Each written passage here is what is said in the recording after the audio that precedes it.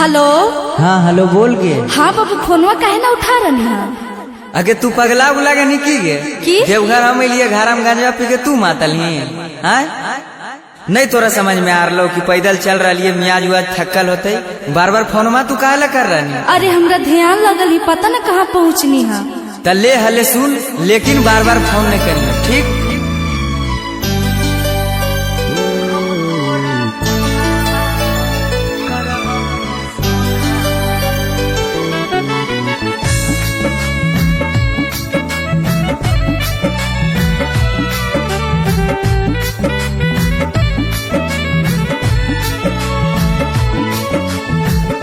Mix by Shivam सुमन।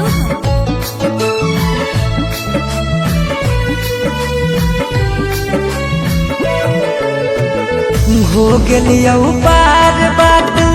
सुने गे जनुआ बोडा रया पाना बिहार के हो गलिया पार बात सुने गे जनुआ बोडा रया पाना बिहार के हम तोरा फोनमा करबोगे सोनामा बाबा पर जलावायब ढार के हे गे हम तोरा फोनामा करबोगे सोनामा बाबा पर जलावायब ढार के हम तोरा फोनामा करबोगे सोनामा बाबा पर जलावायब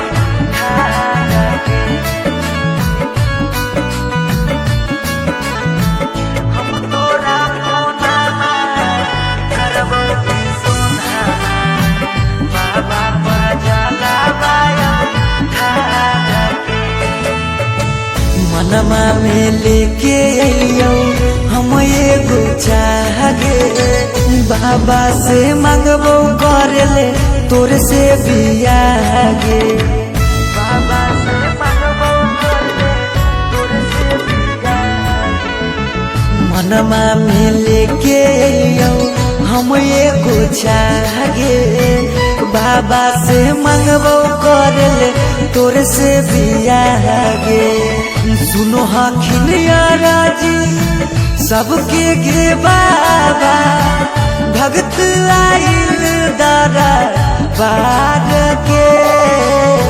सुनो हखिन राजी सबके गे बाबा भगत आइल दारा बार के हम तोरा फोनमा करबोगे सोनामा बाबा पर जलावायब ढार के हे गे हम तोरा फोनामा करबोगे सोनामा बाबा पर जलावायब ढार के हम तोरा फोनामा करबोगे सोनामा बाबा पर जलावायब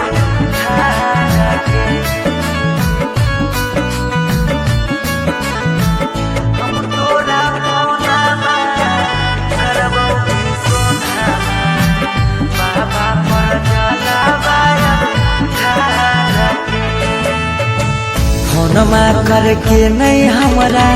करे परेशान गे हमरा ता लागल है कौ बाबा पर ध्यान गे हमरा ता लागल है कौ बाबा पर ध्यान गे फोनमा करके नहीं हमरा करे परेशान गे हमरा ता लागल है कौ बाबा पर ध्यान गे बियू सौरभ सुमन अइबौला उठा के फिर देखिए चमत्कार गे बियू सौरभ अंकित अइतौला उठा के फिर देखिए चमत्कार गे। फोनामा करबौगे सोनामा बाबा पर जलावायब ढार के हे गे हम तोरा फोनामा करबौगे सोनामा बाबा पर जलावायब ढार के